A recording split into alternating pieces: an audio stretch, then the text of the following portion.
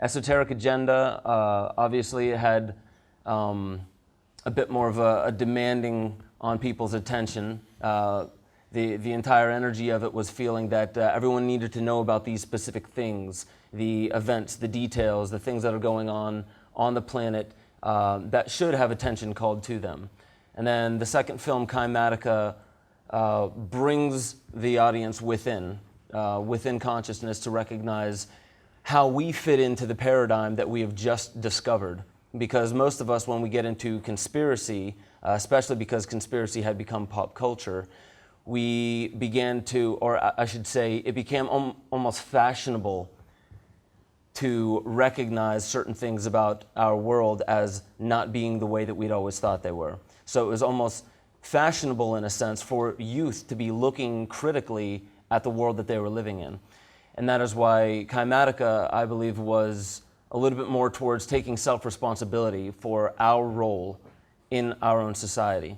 And then Ungrip then was also an extension of that, of showing somebody who has gotten to a certain point in their life and recognized that a change can be made. It's very, very easy.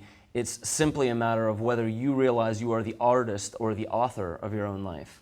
So the importance of an artist in society, first and foremost, is the artist tends to give a voice for a generation, mixing ancient or arcane knowledge, wisdom, things that are timeless, stories, ideas that have never gone away since the beginning of time. They're still just as prevalent now as they were thousands of years ago. However, mixing it with not just modern language, but modern symbolism and the modern mind. So the modern artist gives a voice, in the same way Marilyn Manson gave a voice for millions of people that wanted some way to express that, whatever that was. And Marilyn Manson is just one, I guess, one example that I could give out of many. But that's one more modern, more recent artist that actually, whether you're able to say exactly what Marilyn Manson did for children, he gave millions of people a reason to dress differently and go to school. And if you could change the way millions of kids dress, you've obviously caught on to something that people have been wanting. It's almost tapping into the zeitgeist and recognizing what it is that people want to express.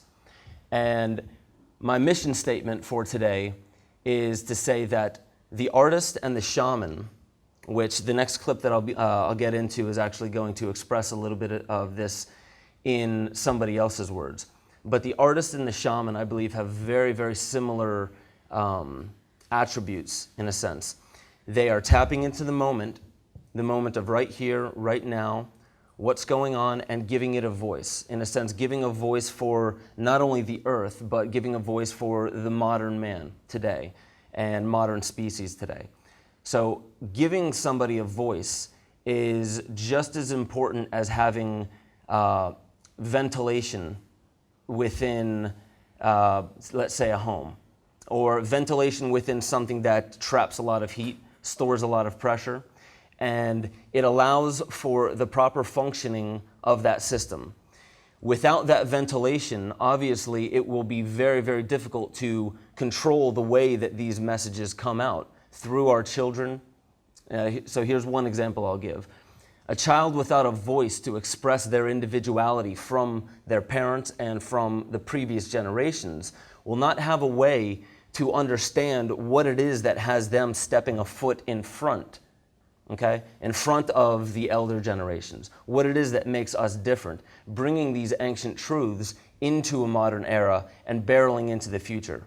Because there is a direction that we are moving, that evolution is moving on this planet. Without getting into anything beyond this planet, everything that has evolved from this planet, from the mineral kingdom, through the plant, through the animal kingdom, and then eventually to this kingdom that we have before us, what's happening is the form that we hold is building into something, in a sense, the ingredients that we are made up of are particularly put together and formed in order for a specific function. In the same way a guitar is specifically put together, mathematically precise for a certain function. And I believe that's what we are. We are instruments that are expressing, we are expressing ourselves through this instrument.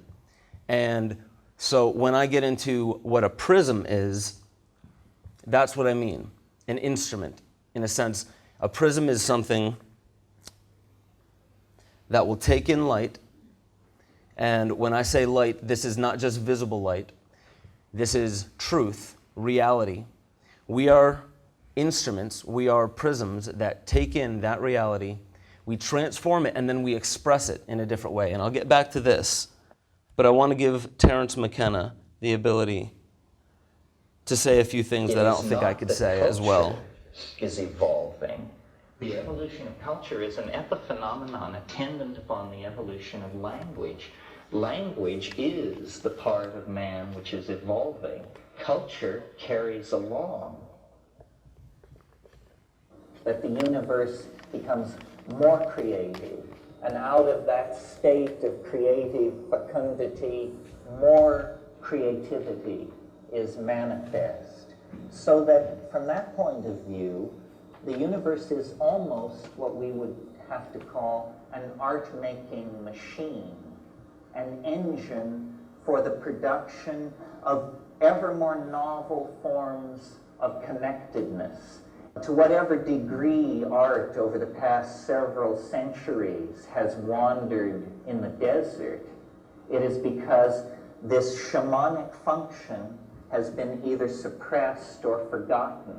This notion of the artist as mystical journeyer, as one who goes into a world unseen by others and then returns to tell them of it.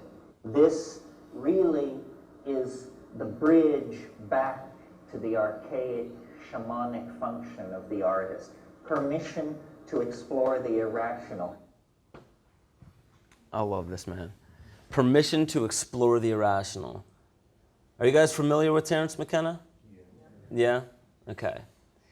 His work is extremely profound, and I'm not going to get too far into his work, but everything that he said right there is that the universe is an art-making machine.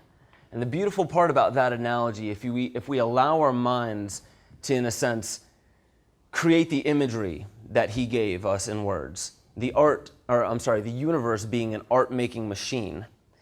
The importance of that is the universe in itself has a function to create patterns. It's the same thing that our mind does. Our mind is a pattern-making machine.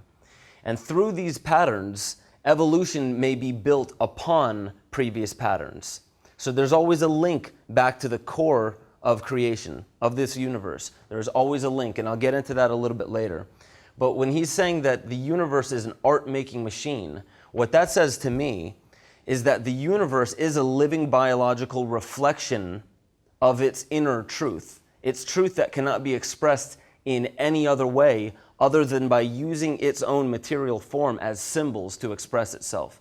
In the same way that, let's say, a painting by an artist will endow a piece of canvas, a material, through paint and a canvas. They will endow that canvas with something much more than it was before, okay? It will be, what's being endowed upon this canvas is the inner expression of that artist. And the importance of that is recognized that since this universe, and I maintain that the mind being a reflection of the universe, not in form, but in function, it is a pattern-making machine. As we are created in the image of something much more arcane, much more archaic, I should say, as we are created in that way, we are created as an instrument that has been built specifically for the function of not just this pattern making, but what can be done with this pattern making and how we can evolve.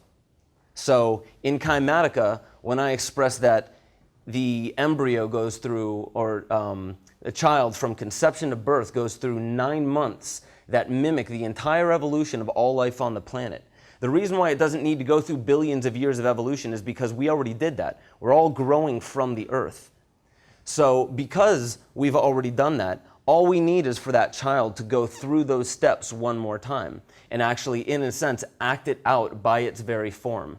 And that's extremely important because when you look at ancient dance, when you look at martial arts, and you look at other art forms that are, I would say, borrowing their form, their pattern from something very ancient, what is happening is we are going through the very steps, the same thing as yoga, going through the very motions and the movements to bring this prism into an energetic, we are touching the energetic centers by the way that we move this prism, by the way we are able to take in the light, because this is what we are, the prism, and what's being played through us is also what we are, okay?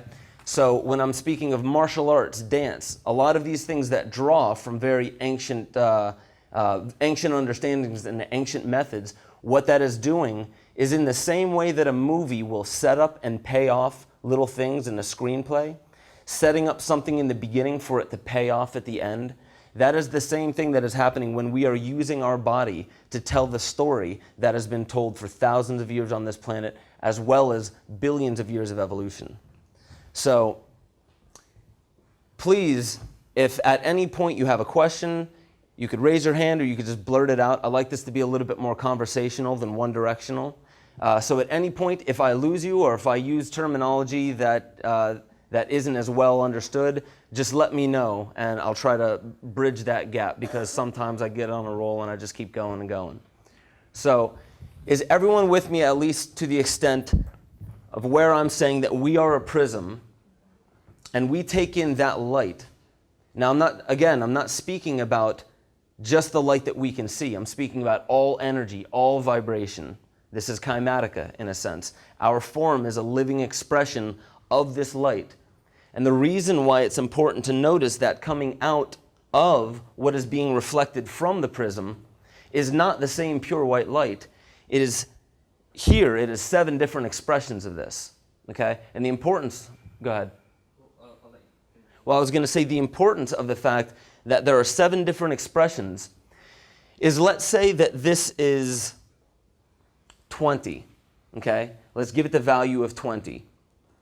Each and every one of this has encrypted within it this pure white light. So let's say that this red color is 5 plus 5 plus 5 plus 5. It's 20 in a riddle, okay? And each of these has their own riddle, their own signature, their own sound, obviously their own color.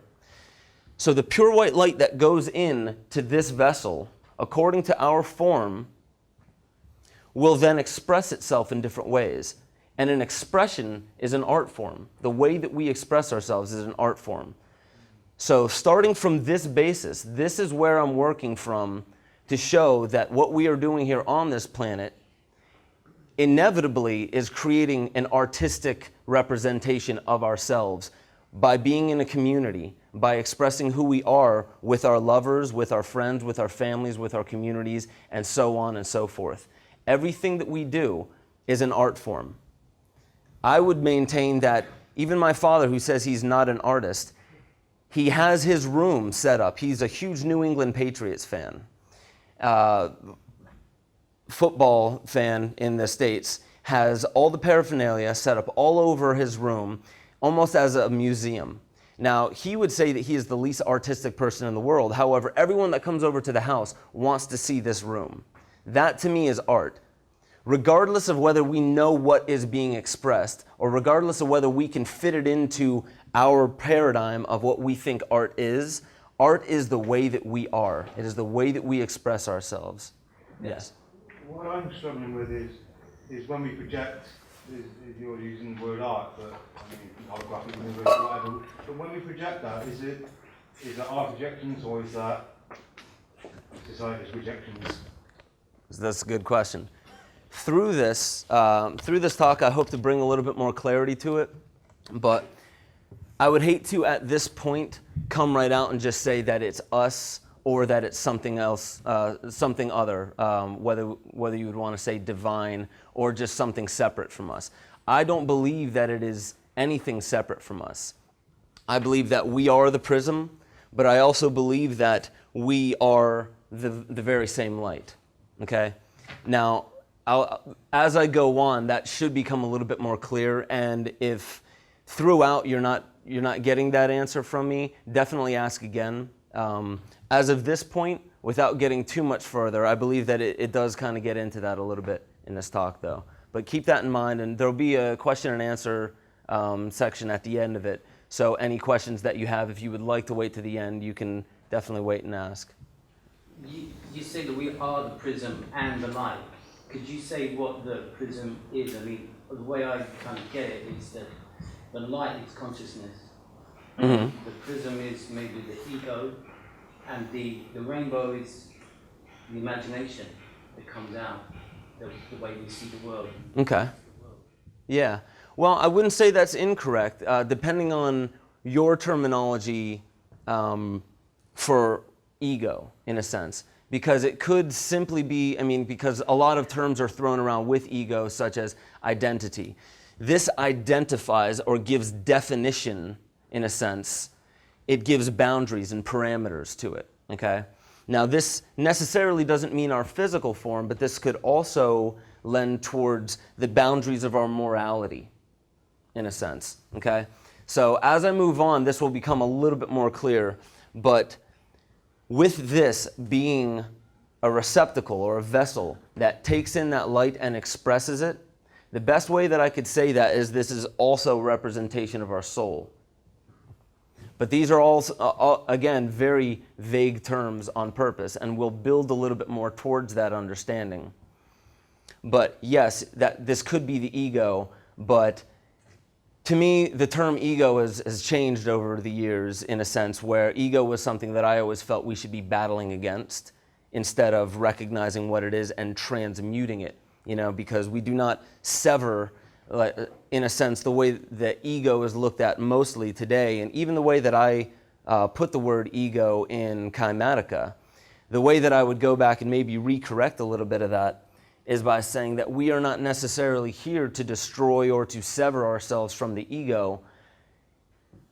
In another way, I would say to look at everything that we are is an expression of something. However, if we are not expressing something real, if, you know, in the same way that if a child is not able to express what they really feel because they don't feel anyone would understand, so they have to lie or bring some other type of expression out that isn't true to this form, then that's where we would look at ego in the sense where I bring it up in Kymatica. However, the ego, the identity, is something that we don't really ever get rid of until we shed this body, okay? So in a sense, it's transmuting our perception of the ego in a way that more properly reflects who we truly are, what's being reflected through us, what's being expressed through us, our art.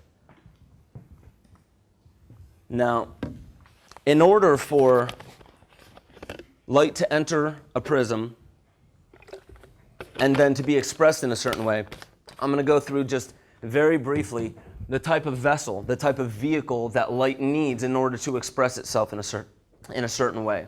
Because this is the way that I believe everything within the universe orders itself. Okay? This is a toroidal force. And you'll see this sometimes in mysticism. You'll see if you place the human body here through the coccyx, up through the spinal column, out through the crown, and then spiraling around back down here. Now we have Rajas, Tamas, and Sattva. Here is a positive force, and that brings that energy up. Here is Tamas, here's a negative force, so it drops down, and then the equilibrating force in the middle that shoots it right back up through the middle. And here, this is Kymatica. In a three-dimensional sense, rather than looking at sand on an iron plate and pumping sound through it and getting form from that, this is three-dimensional. So we'll actually see that it actually creates a prism in and of itself. And here is a biological representation of the very same thing, as prisms are being made. And this is a community. If you were to actually place panels on the sides of this, this would become a star tetrahedron. Now, each and every one of these little cells, they have their own individuality from one another. However, they are building towards a certain function, a certain purpose, in the same way that 50 trillion cells in our body has built itself and maintains its integrity because of a specific function or a purpose that we may have. Now that's what I believe we are discovering as we are discovering how we are artists, is what the function of this body is, why we are here, why we are seeing what we're seeing in the world, what's going on. But the best way to understand what's going on in the world is to look at the living reflection of it right in front of us. To understand how the processes of the universe work, our community in front of us, our lovers, our friends, our families, these are the people that are reflecting who we truly are. When something comes up, some type of irritation or aggravation within our circle, our inner circle, what's happening is we are being reflected exactly who we are at that moment. What's being reflected back to us, what's coming up within us, is not them, it's us, because we're always dealing with ourselves in a group setting. So what this is basically showing is that even an invisible force then will eventually have the matter around it create a prism. And that is what gives rise to form. Now, this is a vehicle for art. And here's an actual expression of this to show we have the magnetic lines. the torus that I was showing up in the corner. This is a way of showing... Magnetic lines of force demonstrator has Oh, I'm sorry, brother. lots and lots of compasses. You slide the magnet, horseshoe magnet, right in like this. Slide the removable panel back in. And you can see magnetic lines of force are very visible. It's quite a demonstration. Here you have the second part of the magnetic lines of force demonstrator. As you can see, it has a removable panel here. These magnetic lines are also found going through the magnetic north and south of the Earth. Cylinder magnet is placed centrally. Now you see the shape and the form that it is creating, that toroidal force. Put back into the device, and you can see the magnetic lines of force are very prominent. It's a very neat demonstration.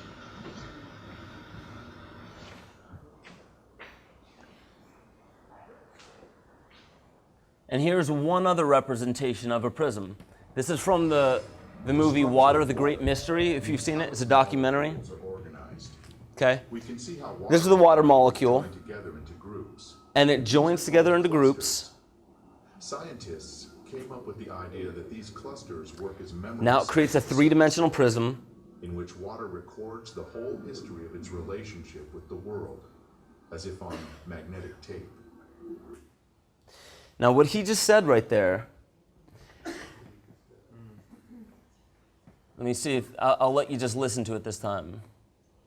The nature of water means how its molecules are organized.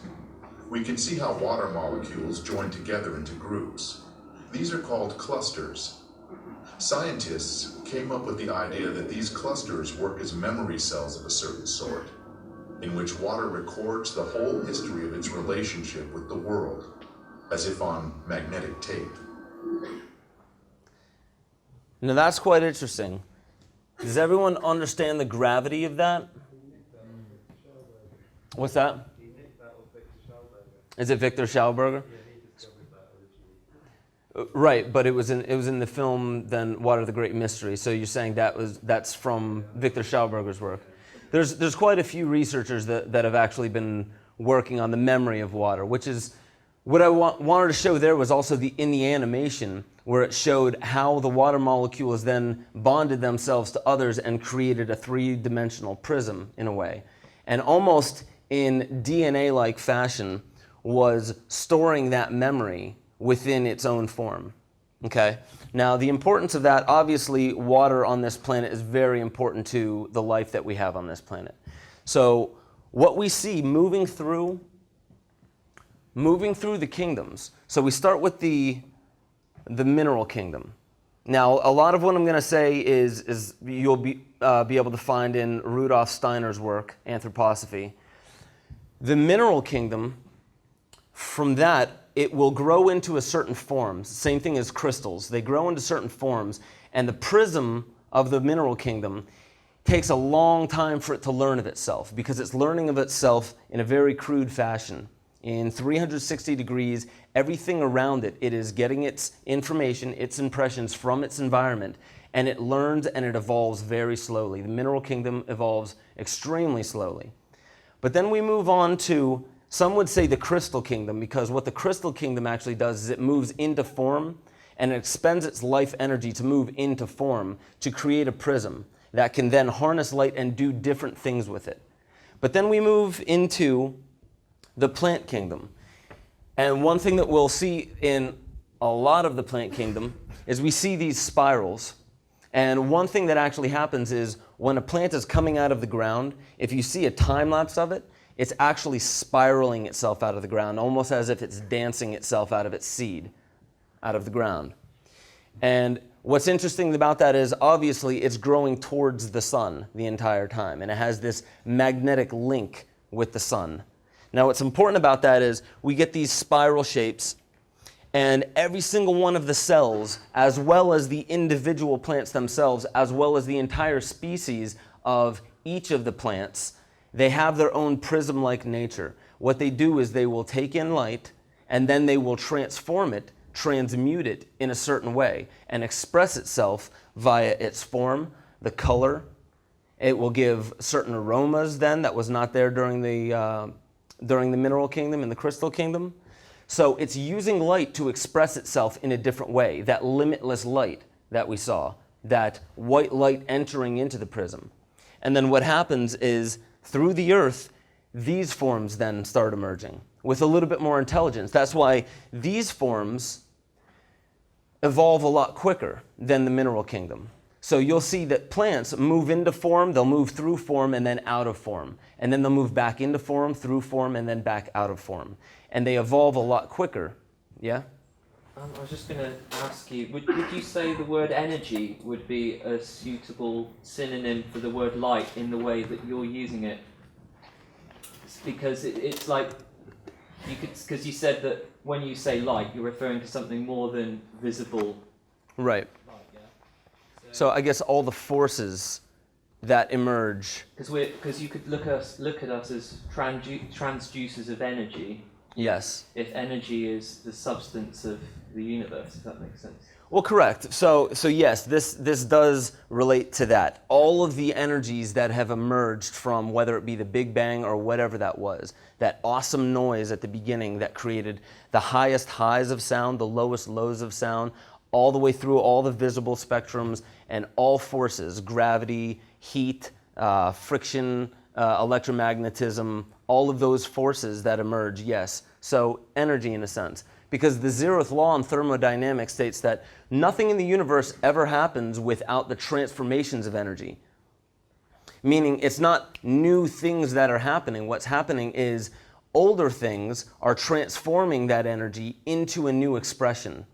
And that is how evolution occurs. That is how changes happen, is the transformations of energy, because we don't create or destroy energy.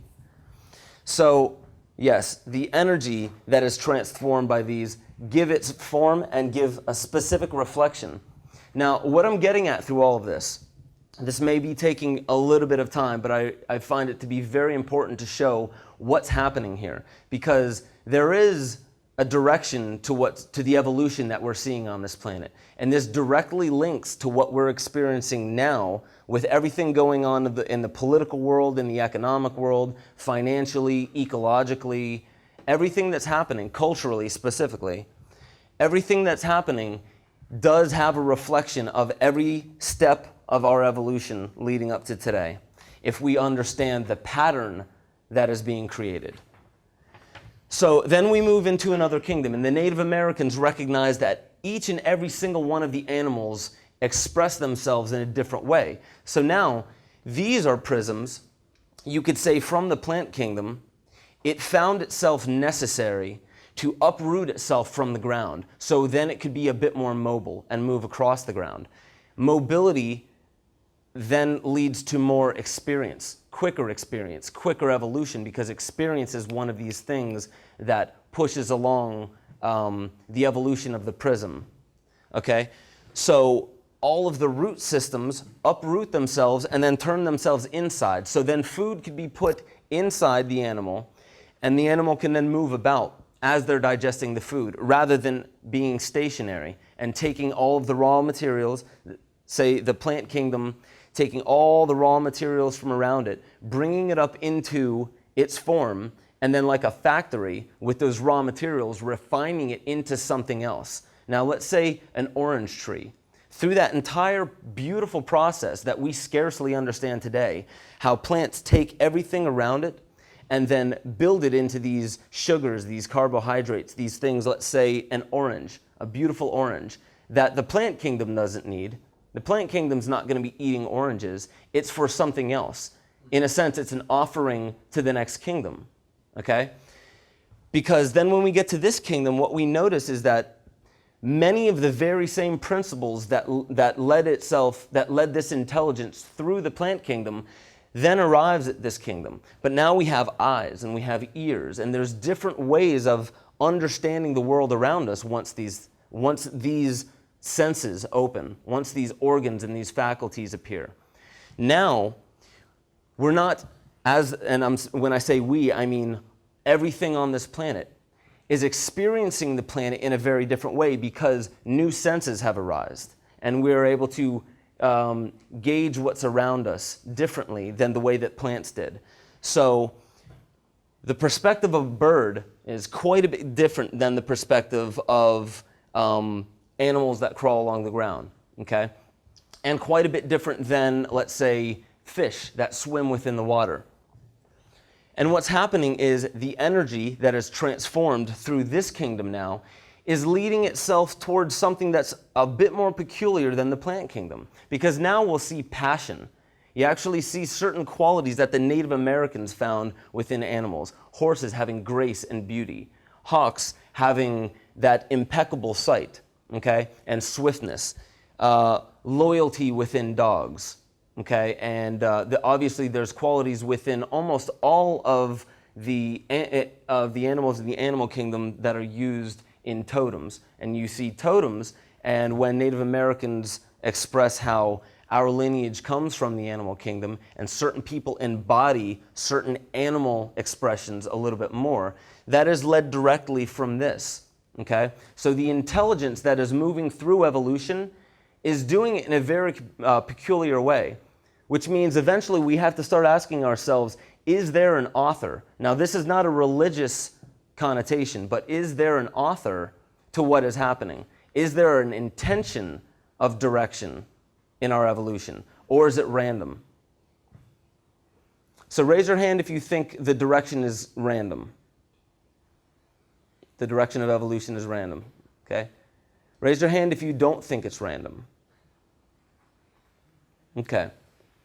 Could I have just one or two explanations of, if anyone has an idea of what it is that's actually guiding the direction of humanity, or not humanity, of all evolution on this planet?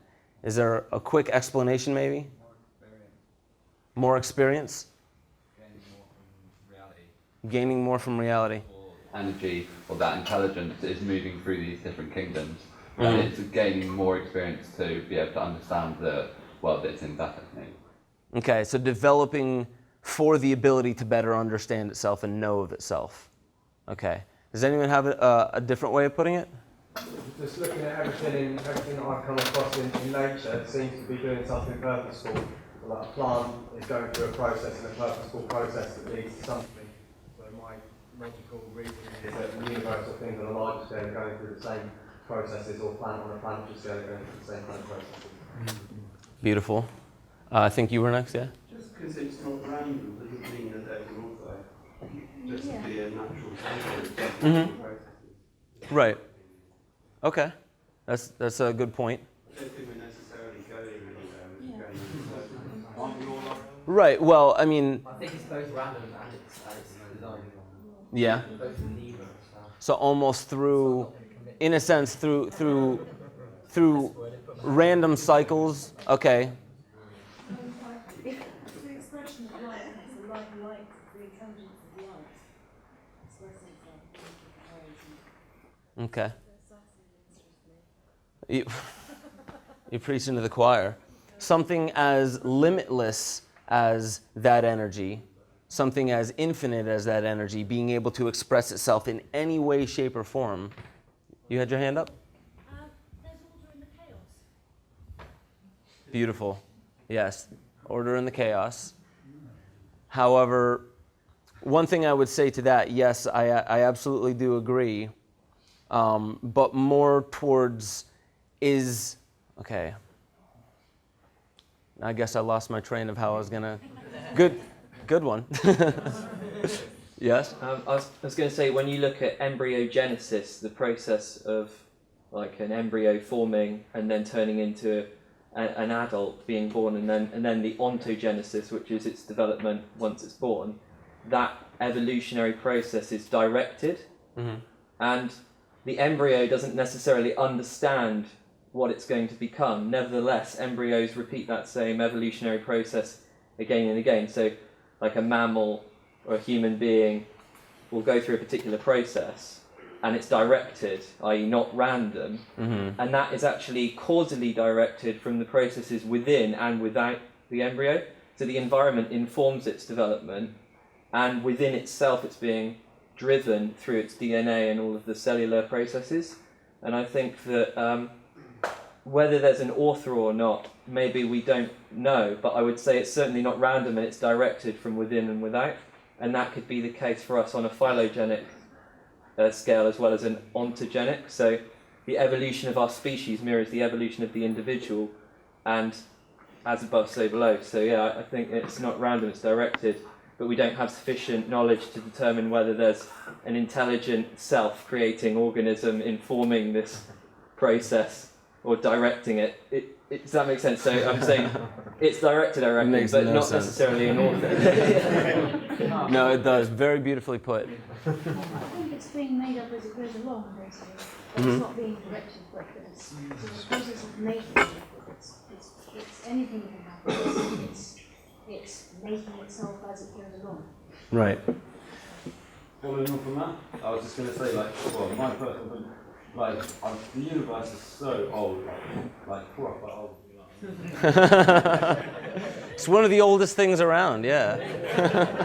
One of them. I mean, itself, you know, like, it's questionable, but the one thing that makes me think that there is a kind of God or there is a benevolent being is that everyone's lives is a construct, there's a formula, you know what I mean, algorithms, everything, like, you know what I mean, it is the case, like, you know, you can't deny that much, like, you can, as much as you can speculate about the universe and where actually Big Bang came from and how it's started, like, giving birth to all of these galaxies and shit, that is the one thing, like, everyone has their own consciousness, and you know what I mean, they actually are, in a way, not a slave to their own mind, but they are, like, almost, you know what I mean, bound by something, like, and that keeps you going, isn't it, so, but... No, beautiful. And an aspect of its own consciousness, you know, whether that consciousness is singular or what, expressing itself in many different ways. In the Hindu pantheon, they were very careful not to put form to that supreme intelligence, in a sense. It's formless because it can express itself in any way, in absolutely any way, in the same way that the universe does, expressing itself in any way that it can. Through patterns and through the evolution, it expresses itself differently. And then through, let's see where we got next, okay. And then through certain genetic memory, because after we get out of the mineral kingdom, which seems to come together more or less because of chemical reactions, so it comes together the way it must, mathematically, chemically, to put itself together. Whereas once you get into the plant kingdom, an oak tree then has its form and develops its form also by its genealogy, and the same thing with everything past the mineral kingdom. So things are being passed down by its parents, by a genealogy from step to step to step to step. And then we arrive at this kingdom, whether this is the alpha and omega, whether this is the point of it, or whether there's much of a point after that. One thing that makes this very important to speak about here, obviously, is because this is what we have embodied. This is the instrument that has been built out of the mineral kingdom in a certain way to arrive at the ability or the function of thinking the way we do, of emoting the way that we do.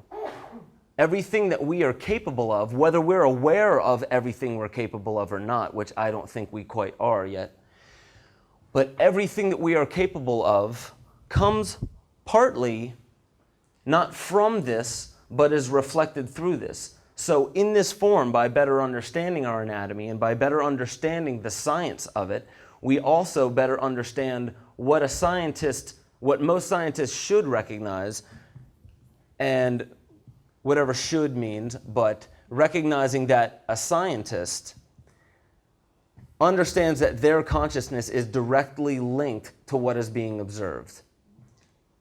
Because science, then in and of itself, is an art form, is an art or a craft, a way to understand or to know more through a certain function, okay?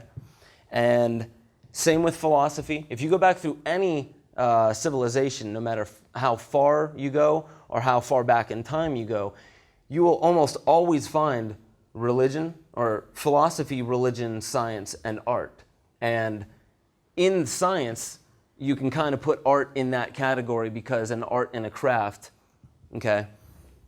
I forget where I was leading with that. But here's one thing that I find to be beautifully important right here. Okay, so we move from this one point and it begins developing itself all the way down into this, if you guys can see it correctly. All right, this being the flower of life, okay? And here are biological ways to show this. Now, this is mathematical, okay? This is bringing itself from the possibilities within the mineral kingdom.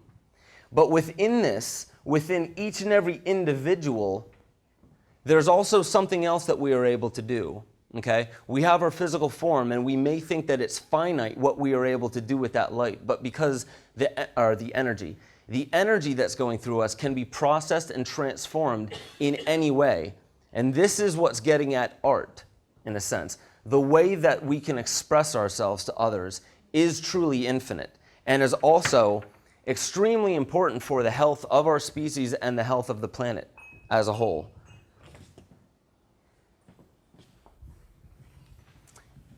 And with DNA, this is Rudolf Steiner's words right here at the top. The degree to which the other senses of higher animals have developed determines the richness, the degree to which the other senses of higher animals have developed determines the richness and variety of their surroundings for them. Meaning, the variety in the surroundings have been there, okay, but our ability to perceive our environment, our ability to perceive our surroundings has been changing, obviously. We get up to this animal kingdom and now we have eyes, these peculiar things that open up a completely different perception of our world.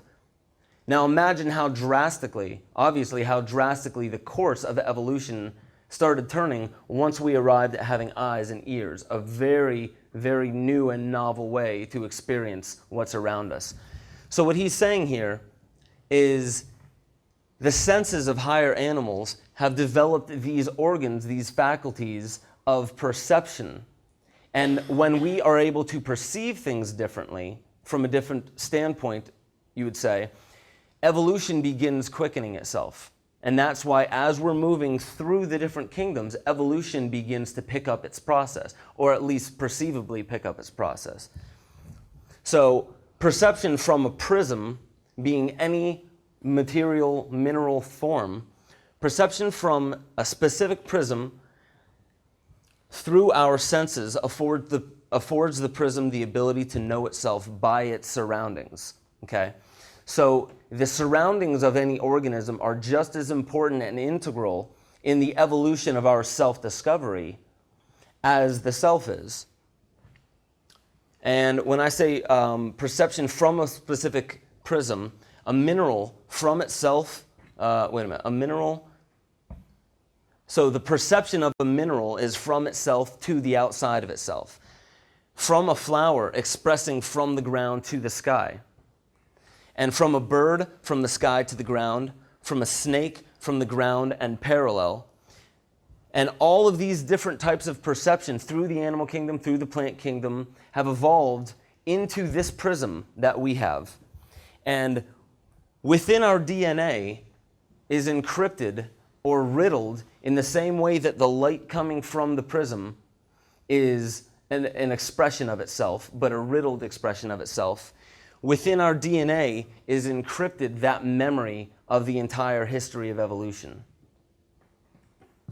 And some would say, and I'm not going to get too far into it, but just because I showed you Terence McKenna to begin with, some would say that certain, such as DMT or ayahuasca or psilocybin or lysergic acid or what would it be, San Pedro, certain of these things triggers a memory of the pattern that has been set in place, that we are still evolving from. Because the universe is that pattern-making machine, and it has created these smaller reflections of itself, our mind, in order to have other pattern-making machines to express itself in different ways. So spiraling out from the core of the universe, from the core of creation, we move through these kingdoms, and the prism itself is evolving. But the prism itself is evolving because its function is evolving, or maybe coming closer to source. Therefore, the light or the energy within the prism can be transformed in a much more peculiar way. But the reason why I show this is going from something crude and evolving into something a bit more specific that has a little bit more of an understood way that it is going to reflect that light. This is a crude diamond, a rough diamond, and this is a cut diamond, okay, a refined one. So as an analogy for the soul, as we move through life, our experience then shows us the real boundaries of whether it be our morality or whatever it is that is guiding the boundaries of where we will go in our lives, okay? What types of things we are willing to experience, what types of things pique our interest and what don't. Because we're all individual, every single one of us are interested and find our curiosity and our passion in different things. Many of us have somewhat similar drives and somewhat similar passions, but they're all unique and different in a little way, okay? So as this evolves, light then can emerge from it once we have experienced, through our experience, once we have gone through these experiences and we have these reference points to recognize how the light is bouncing around inside our soul, then we have a better understanding of how we can express it, okay? And it's the type of attention that we give things that will dictate how we learn from the moment. Because this is all about the moment. There's something very valuable in the moment that everything else outside the moment doesn't have, okay? Now, this kind of is bouncing around what you would know today as Eckhart Tolle's understanding of be here now, living in the moment, that type of understanding. But the reason why I say artist is because I believe another way of saying artist is a magician, being able to use what is in the moment, things that other people find to be truly mundane, such as if you've had your sight since birth, as opposed to somebody that has grown 30 years of their life without sight, and then all of a sudden, let's say the lights came on. They would be experiencing life much, much differently because these colors, these shapes, and everything around us, they're not mundane anymore. They have a new life, a new quality to it. Rudolf Steiner even says that when the higher senses of an artist are turned on, where the source, where radical intuition, where creativity, that touchstone upon where we commune with the muse, or the muse communicates with us, that source, to have those senses opened is just as glorious as it would be if you were to go through 30 years of your life without the sense of hearing or sight, and then all of a sudden it were to come on. All of a sudden then this dark semblance of your understanding of the universe, of life and existence, is seen in a completely different way. Not that it wasn't there before, but a higher sense or a faculty had opened up, and all these new qualities, these new ways of perceiving began opening themselves up. Now, what I'm going to get into here is just a few exercises to show how we pay attention to things. And at one point, I don't know if it would make it too dark, but at one point I'm going to have us turn off the lights for the one slide. But if you know where the lights are. If not, it should still work.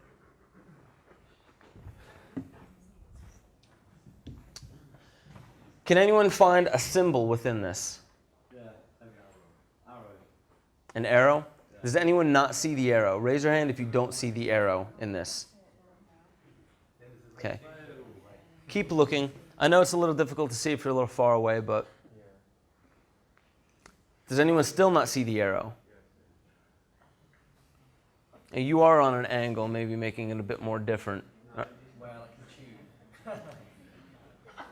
In the negative space? Oh, yeah, not the negative space. Can you find it within the negative space in the image? The reason why I didn't just want to point it out to you is because what happens when you actually see something one way in the moment and then see it differently. Right here, the arrow in between the E and the X, okay? One of the points of this, again, still, is what happens with a lot of what we're paying attention to. Here's a way to explain it, okay? One of the definitions for having contempt, okay, that feeling of contempt, is walking into a room or a situation or whatever it may be and only seeing what's missing. Seeing the fact that what you want out of life is not present in the moment. Seeing what's not there and recognizing the fact that the moment does not have your desire present there, okay? Whereas an artist will go into the very same room looking for possibilities rather than looking for one thing. So an artist will recognize everything that's around and see it for what it is, and recognize that there is much more potential within the things that we have all around us at any given moment than somebody who is looking for something very specific out of life. And this is a point that I'll be getting to a little bit more, but those that are more oriented on the goal or the reward of everything in life, rather than understanding that the process, the pattern that we are going through has something much more valuable within it. I was going to say though, but if you look at people generally, people are polarized. You do get people very much positive and very much negative. You don't seem to find many people that are really in between. I think I've noticed this. Yeah. You can more or less recognize a person instantly whether they are more inclined one way than the other. Yeah. That's what I've noticed anyway. But people change as well. Absolutely. And I believe that the reason why it's probably easier to recognize that is because we are also more inclined to recognize those qualities within people and lump them into one category or another. Because much of our understanding is it's either this way or it's not. You know, they're either this type of way or they're not. They either have what I want or they don't. I either want their company or I don't want their company. Well, there's days where I'm like really neutral, I'm really quiet, so I just want to be on my own. Generally people think, oh yeah, you're bubbly, like social, but in the opposite direction. Yeah. Like, oh, you're not yourself today. Yeah, totally. Well, try to put you in a box, like give you a role that they want for themselves. So Which you're saying it's mood. You're putting it to more to mood. People change with their mood.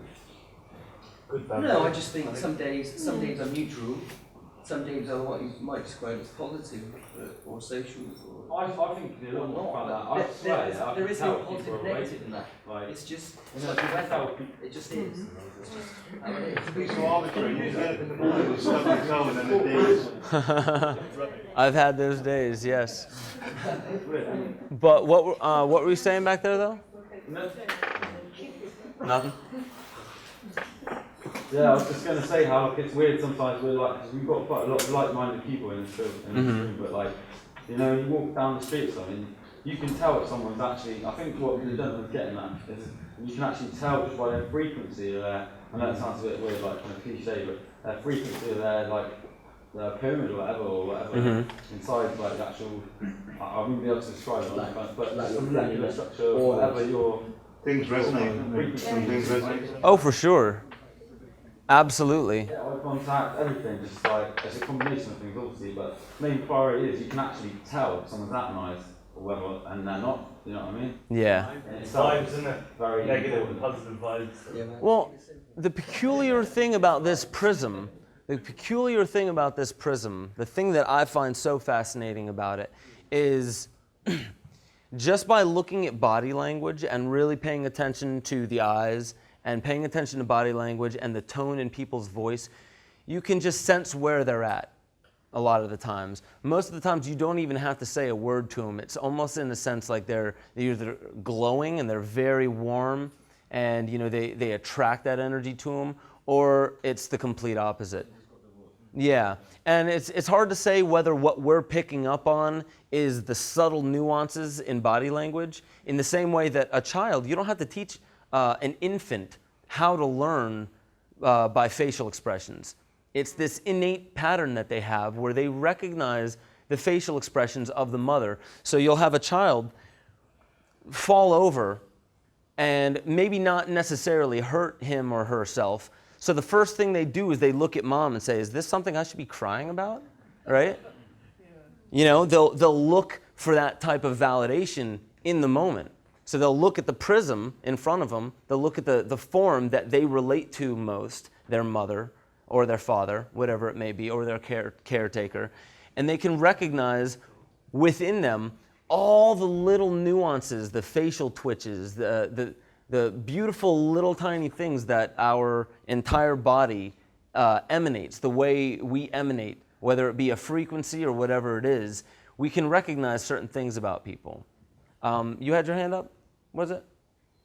Yeah. Basically, what you were saying about artists and about how an artist would walk into a room and see many different possibilities, and I don't know someone who's not an artist that would walk into a room and only see one or whatever, but I think that's the stage we're coming to where people, it's all to do with like the left and right side of the brain and the creative side in people that make that. I think everyone's capable of being an artist.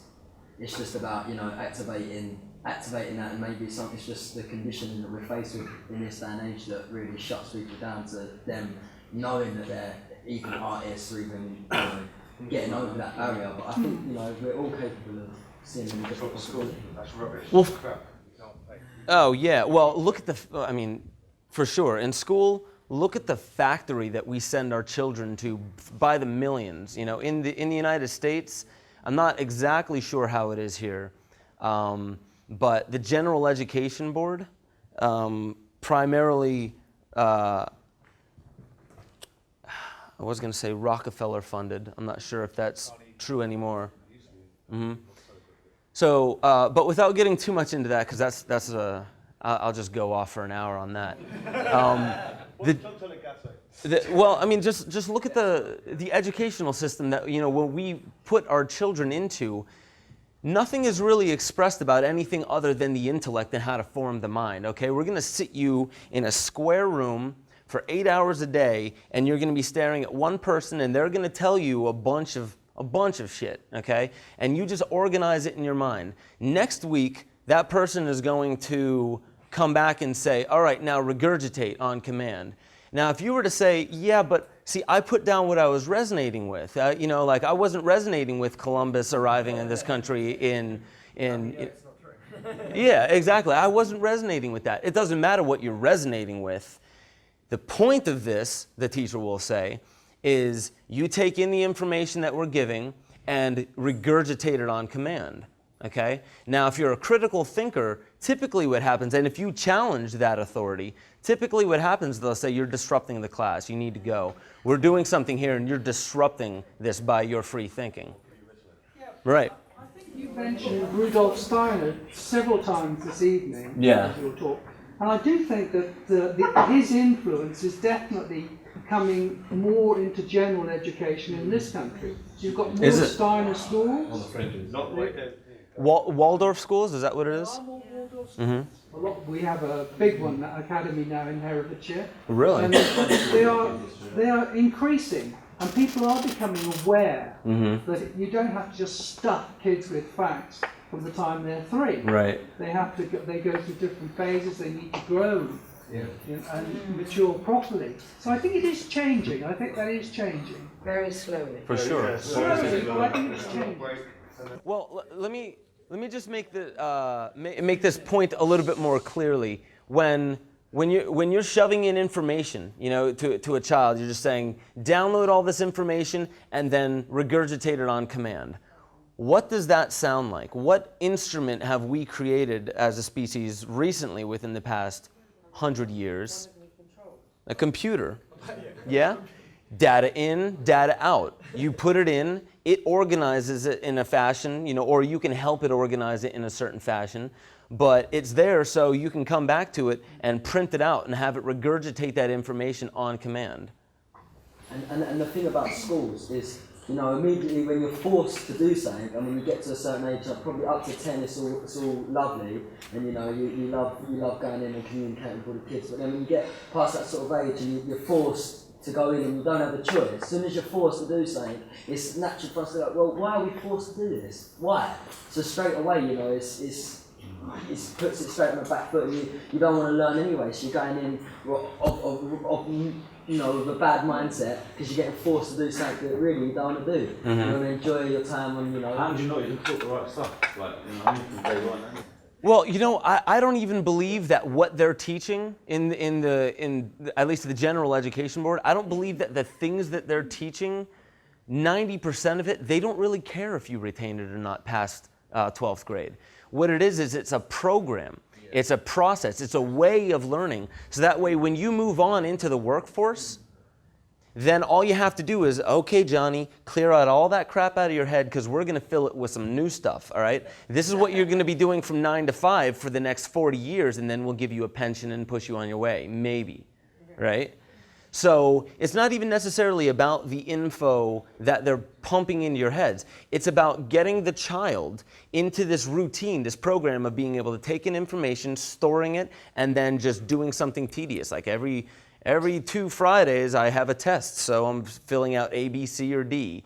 Like that's, in a sense... Making it programmable, isn't it? Exactly. Making this machine more programmable. So in the interest of time, I'm going to actually go through some of these slides a little bit quicker so we could get a little bit of Q&A time in at the end. But as well, one of the sections coming up is one of my favorite, and I want to give it a little bit of time. As I was saying before, the attention that we give things is very important in our understanding of it. So one of the exercise that we're doing here is, in a sense, to be able to recognize the type of attention that we give things. Now, I went through a couple that were, when you first see letters, you think words, and then you start reading words, and we miss everything else that's there. One of the points of showing that is to show that our ability to see what's going on in the moment typically is so focused based upon what we're looking for or what we are programmed to look for, what we're used to looking for. It's so focused that we tend to miss all of the potentiality in the moment. As I was saying, improv artists or an artist in a room, raise your hand if you're aware of, Whose Line Is It Anyway? Okay? Or any type of improv art. The interesting thing about it is you're not, the artists or the comedians, they're not just giving a 5-minute bit that they wrote down and they mastered and they nailed and they think everyone's going to like. Because that's not the point of Whose Line Is It Anyway?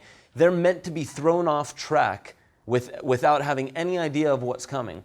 So in improv, you let the moment come to you and you respond to it, you adapt to it. Instead of having something happen that throws you off track, let's say one of the comedians had the funniest line in their head and they're trying to work towards it, and then all of a sudden somebody else comes in and throws something that leads the conversation in a completely opposite direction. Now that comedian can't get to that joke that he thought was so funny. There's 2 ways of looking at it for that that comedian in the moment. They could either there curse the moment, have contempt for the moment, and recognize what is no longer there.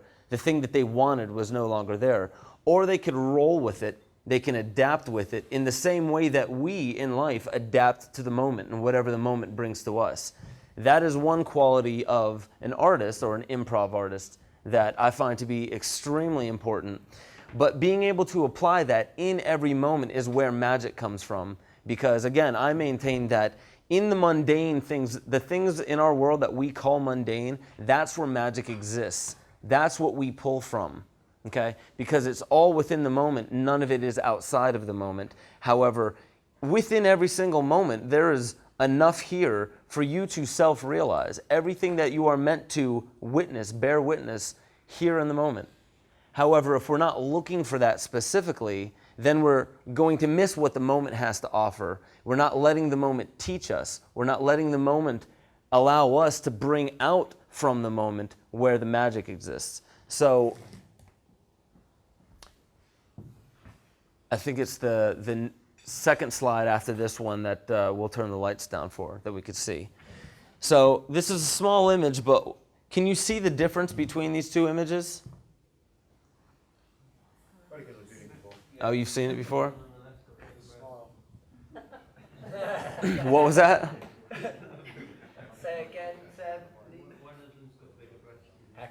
Aha! I did not notice that. Shows where your attention's on, man. Shows where the attention goes. The eyes and the mouth. Okay. Now they look somewhat similar, and most of the times when we're looking at an image like this, we don't necessarily pick up on what is different about it, or to the extent of how different it is from the way that it would look when it's right side up. Because when it's right side up, this looks far different and far more unnatural. So the eyes can pick up on what's different here when it is according to the way we normally see things. Okay? Do we see how different it looks when we're looking at it this way? You can still kind of see it as being somewhat normal.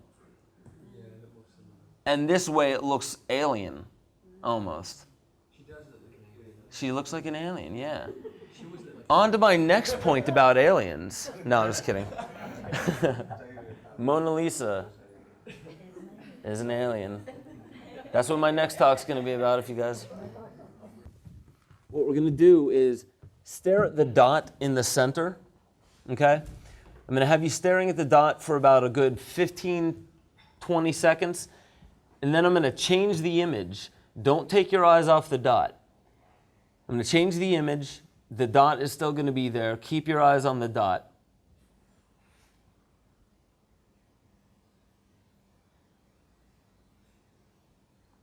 Okay, now I'm going to change the image. Eyes on the dot. Nice, beautiful color image. Yeah? Adjust your eyes to the rest of the image. You see the difference there? I didn't change it since this. Take a look at it again. Now this is a negative. This again is when we're focused on such a small part of our reality, the mind will fill in so many blanks, it's unreal. We'll fill in as many blanks as we need to not to focus on the rest of the moment. So we can only focus on that one little piece of it. That's what this is showing. That's what this is showing us. Keep your eyes on the dot, okay? Because instantly, when it changes over, all of the colors go exactly where they need to be. Mm-hmm. Yeah, and then you can take your eyes off the dot and bring it back to the dot, and the color will still be there, but it'll fade just a little bit. Okay? You still see color? No. Oh, you don't? Did you not see color at all when the image changed? When the background, yeah, like a little bit. But that's okay. Oh, really? Huh. That's interesting. I saw colour on the first shot, but I thought this is obviously black and white. Oh, so you haven't seen it. So these. Oh my God, I didn't realise it was black and white. I see that colour.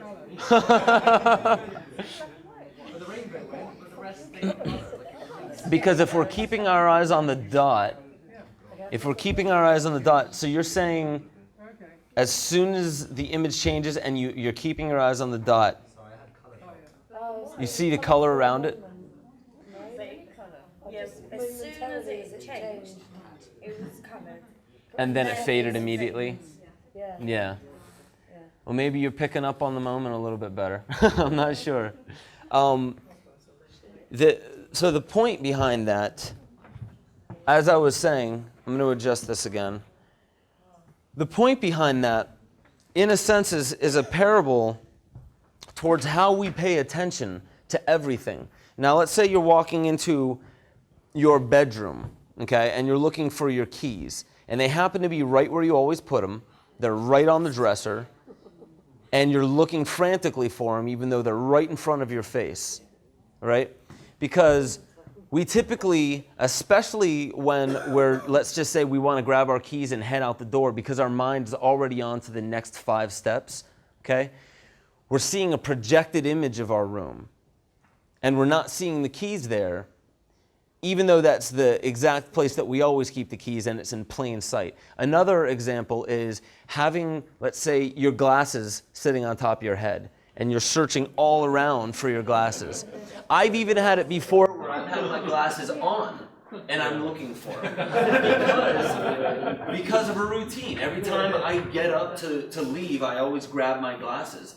And if I don't normally put them on my head, if that's not part of my program or my pattern, then I will expect them to be somewhere else. And if I expect them to be somewhere else, then even the sensation of them being on top of my head won't be enough for me to recognize the reality of the situation, the reality of the moment. That's where the glasses are. Another way of expressing it is if you've ever been carrying like 5 bags of groceries up to your door, okay, and you have it like hanging off of everything, and you're just like, you have one supported by your leg.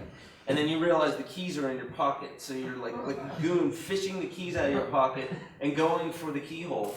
And somebody comes up and says, oh, let me help you with some of that. And they grab like 4 of the bags off, and there's only one hanging from your arm.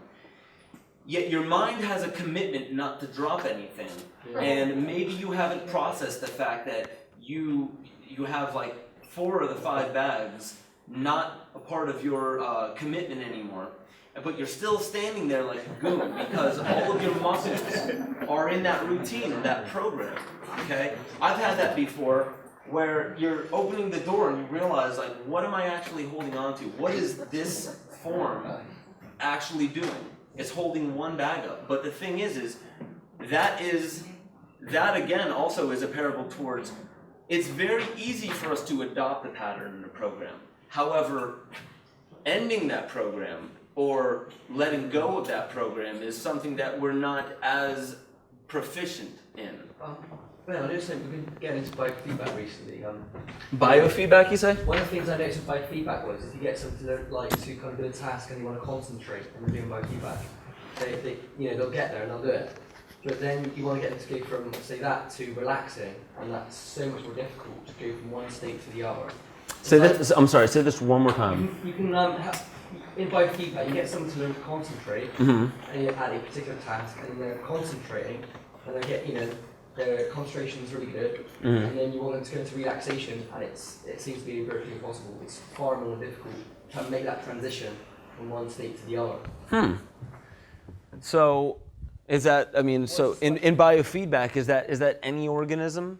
Or are you saying like, a human, like, with humans? Okay. I'd imagine that applies to... I would imagine, yeah. To animals, yeah. It may be the same thing. Yeah. Because I guess how would you recognize whether amoeba is paying attention to something hard or not? I want you to do, you put in your brain unconscious, this is what I want you to do, and it's like, it ends up doing it, and I want you to do something else, and it's like, what? I want to do that. It's just kind of getting into a program. Yeah. Well, we'll do something after this that's actually, it's important to be able to, for one, have like a little activity to be able to digest a little of this. And what you said was kind of interesting.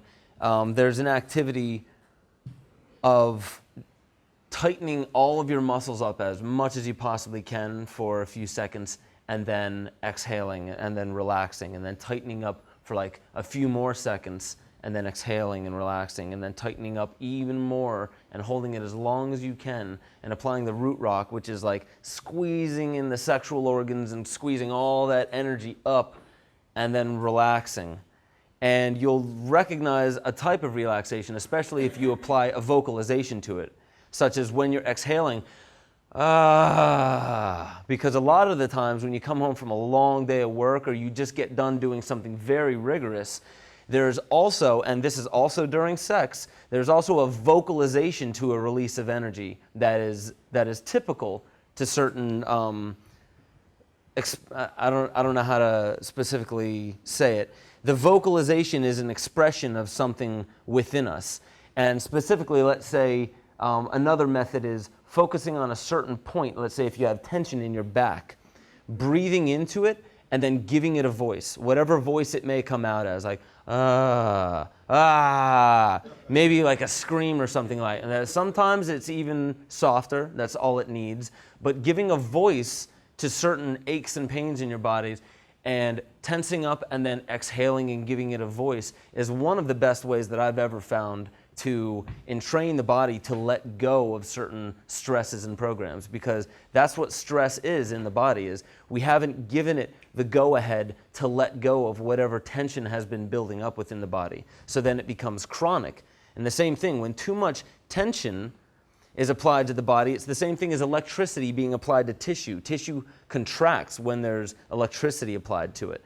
And when there's chronic contraction, what happens is it doesn't know how to let go. So the muscles don't know how to relax. And that's when we begin setting up a certain place within our body where we can store repressed emotions. So if you see people with like deformities, or let's say some type of dysymmetry to their body, or like a hunchback or something, where a lot of the muscles are overcompensating so no attention can be paid to one part of the body. Okay? That is, again, why yoga has us in perfect posture.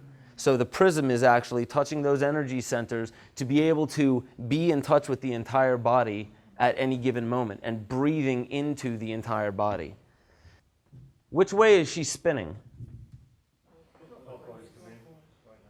Clockwise? Does it look like she's spinning this way? Does anyone see her spinning this way? Anti-clock? Okay.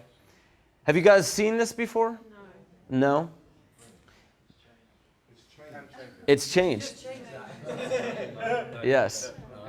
Now, I'm not changing it, obviously. It's not changing on its own. Obviously, it's an optical illusion.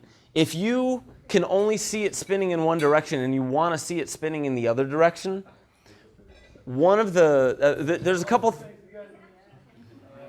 things I've heard people saying is you can do math in your head and it will possibly change the direction, because one is based upon left brain, seeing it in one direction, and the other is based upon right brain. Well, from what I hear, it's if you see her spinning in a clockwise direction, you're right brain. But the reason why that doesn't seem to resonate with me, and I've heard many people saying it's the other way around, our mirror neurons allow us to empathize with what we're seeing. So we automatically immediately see that this is a human form, okay? So we see arms and we see legs, and we can empathize with what that is. So if you're right-brained, left-hand dominant, then you would see her, I imagine, leading with the left hand, spinning in that direction, leading with the dominant side of the body. And if you're left-brained, right-hand dominant, you'd be leading with the right arm. Leading with the right arm is clockwise. Leading with the left arm is counterclockwise. Is anyone able to change it upon command?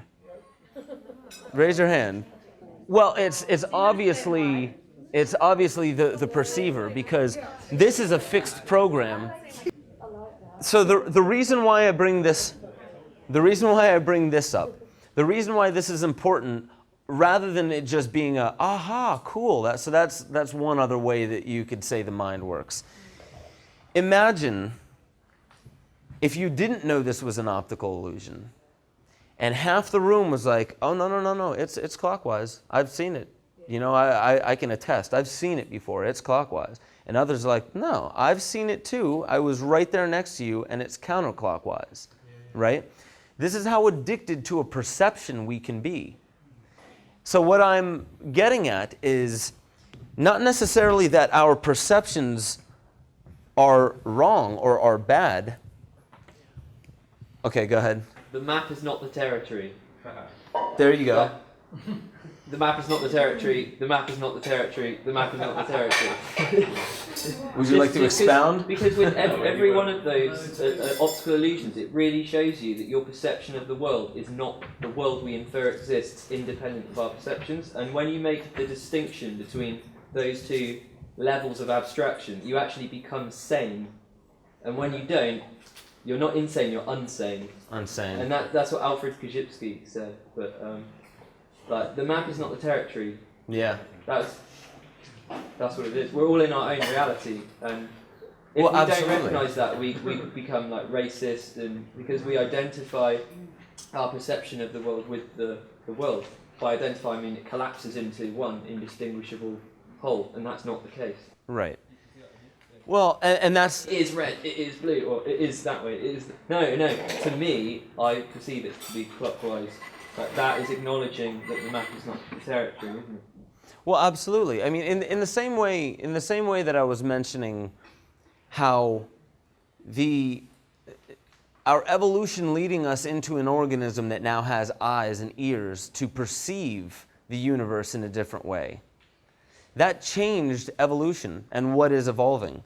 Now, without the ability to see the world or the universe with a different manner of perception, with those higher senses, the eyes and the ears, without that ability, we could say we know for a fact the totality of what experience is. However, developing higher senses, which is what I believe evolution does, higher functions and higher senses are opened up. And I believe that beyond what we have in our physical senses is, and art is not the only way to say it, but the artistic center, the artistic sense, where radical intuition comes from. Okay? Raise your hand if you've felt intuition being distinctly different from instincts. Right? Okay. Now, I don't know if I have the best way of saying it. Is there anyone that has a way of expressing the difference between intuition, that radical intuition that comes to us, and instincts? Well, I like to think it's a bit like instinct is like basically like survival. It's like the immediate phenomenon. Like what we're call like intuition, since we're at best when we're in situations of danger. If someone dies, for example, some people will claim they see a relative, or we're aware that someone's ill or sick, and this kind of thing. So we tend to use our instincts pretty well, most of us. Yeah, maybe if there's a conflict situation, like you heard stories of soldiers that have had all sorts of like premonitions and experiences. I don't know, dodging bullets. But then intuition for me is more like what is beyond the survival. So it's a bit like, to use a crazy metaphor, but your instincts are about kind of keeping you alive and your sense on your planet, and then like your intuition is like putting on rocket straps. And it's about what more is out there, how further can we go? We could even leave this sphere of. I think I like that. I think you could express it probably in a more simple way than that. I think one is that it's based on instinct or the primary sort of thing, and the second one is on knowledge. Your perception. Instinct is the first reaction, the animal, and then the intuition is based the on processing. knowledge. Something you acquire. Mm-hmm. Okay, yeah, I like that. That actually leads to, does anyone have a way of expressing the difference between knowledge and wisdom? Yeah, wisdom's knowledge applied. Okay. What's that? And the other one is applying them. Applying it. Wisdom is applying it. Yeah. That's just, I resonated with that when you said it that way. What were you going to say? I'd say like instinct, the basis of instinct is, I would say, as I define it, sort of reactive patterns built into an organism. The basis of intuition is more perceptual. It's almost a higher perception of the environment beyond the immediate surrounding available to the 5 physical senses. Mm-hmm. The intuition is it's almost like a something that guides you, whereas instinct is a reactive. Instinct, in a sense, brings you back into the patterns, the familiar patterns. Yeah. So intuition may lead you beyond the familiar patterns, into that unknown territory. The way Terence McKenna may have said, permission to explore the irrational. And I love that. Well, I mean, when it was said that bringing us back into the older patterns, that's not necessarily, let's say an artist goes into older patterns of how they've, let's say, painted. Maybe there's a technique that they use, and they use that quite a bit, these older patterns. They're also using their intuition, so they're not just painting the same exact thing each and every time. So having those patterns, obviously, let's say you're a race car driver, if that's a craft or an art that you'd like to bring up, you're going back into the patterns of that, your natural instinct of the machine that you're in, the vehicle that you're in, and it's an extension of you. So you're using that instinct to go through those patterns to where they almost become subconscious. So they're pushed into a level to where it's reactionary. You don't have to necessarily think about it. That way, intuition and instinct can be, in a sense, kind of meshed together in an active pursuit with one another. Whether that's, forwards in progress or whatever it may be. So saying that instinct is saying that intuition is better or beyond instinct is a manner of perceiving it, and I get where you're coming from. I definitely agree with you. But it does have its distinction. I believe it does have its distinction. The two of them do. Is there something time related? I mean, instinct is something where I've learnt everything from the past, so now that becomes my instinct. But intuition is my way of dealing with the future. Yeah. So they both have instincts from the past, intuition for the future. Okay. I read the distinction slightly differently. I think you touched on it with the whole kind of like knowledge and wisdom thing, in that intuition is a way of applying knowledge as well, isn't it? Because you're intuiting something. So you're using not just your knowledge, but your cultural framework, your environment. It's kind of like it's more than the sum of just what's within you. Like it's because there's all these external kind of or not factors that are there, like influencing us, like so how we perceive. So all of that is like, it's invisible to us because we don't surface it and put it apart very often, like our eye is taking in loads and loads more information than actually the picture or the image that we're constructing. So the intuiting is kind of like bringing all of that stuff together, kind of like intuiting sometimes the thing that, you might, someone say, well, why did you decide to do that? You go, I couldn't quite put my finger on it, because you're intuiting it. For sure. No, absolutely. Would you use the word feelings as being distinct from emotions, but more relating to intuition? Sorry, that came out wrong. Would you say, when people say, well, what do you feel is the right path? Is that the same as intuition, would you say, as being distinct from emotions?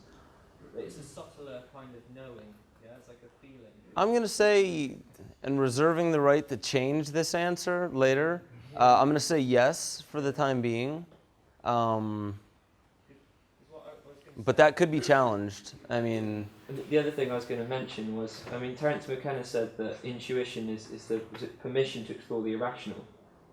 Is that what you said? Yeah. Like, and to me, intuition is non-rational. It's not irrational. It's non-rational. It's trans-logical. It's trans-rational because it's going beyond the left brain, the linear mind. So it's, I must do this, but blah, blah, blah, blah. Which one? Pros and cons, pros and cons.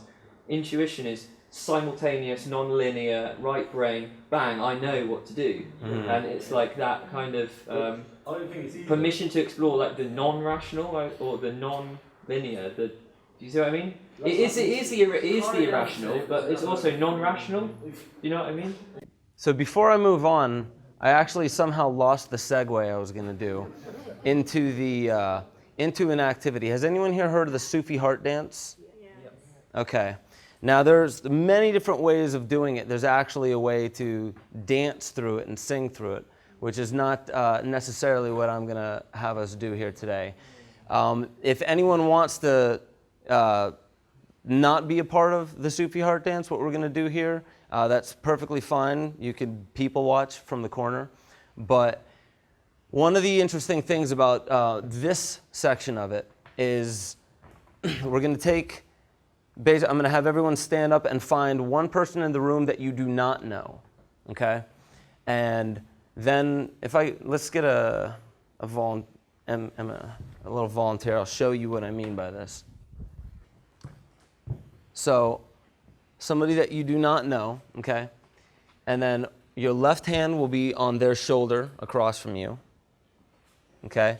And your right hand on their heart or above it. You know, obviously girls have things on their chest that strangers shouldn't be touching. So we want to be a little bit careful about that. And again, none of this is mandatory. So any part of this that you would like to change, because whether you're comfortable with it or not, things will come up, all right?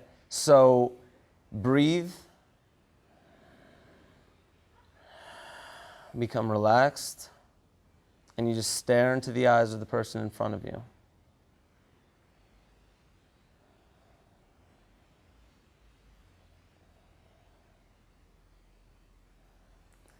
As an example.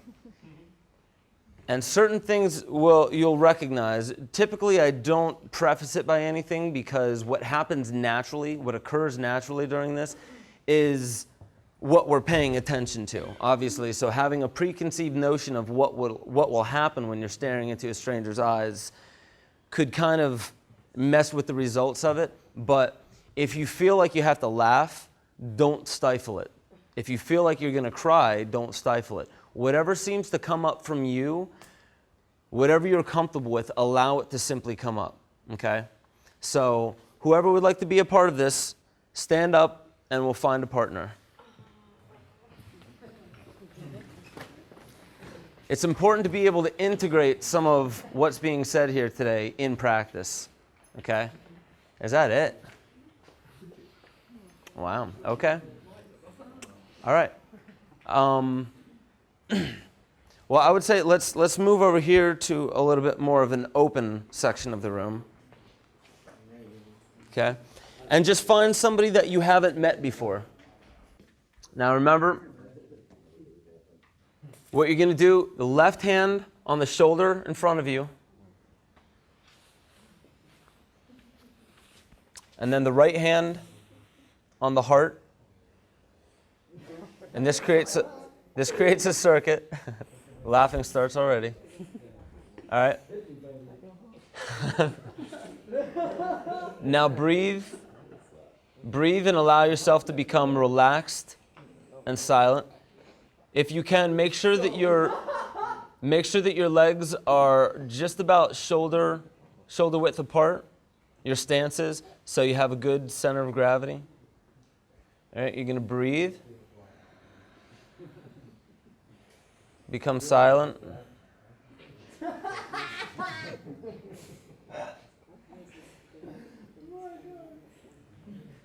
And then when it becomes silent,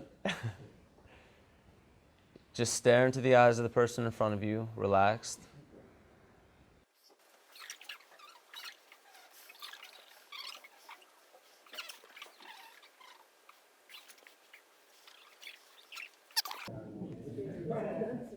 Cheers, darling.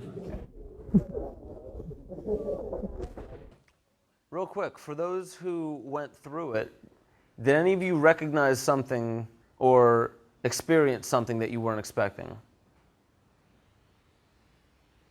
Not a single one? Really? What's that? I just thought his eyes were attractive. I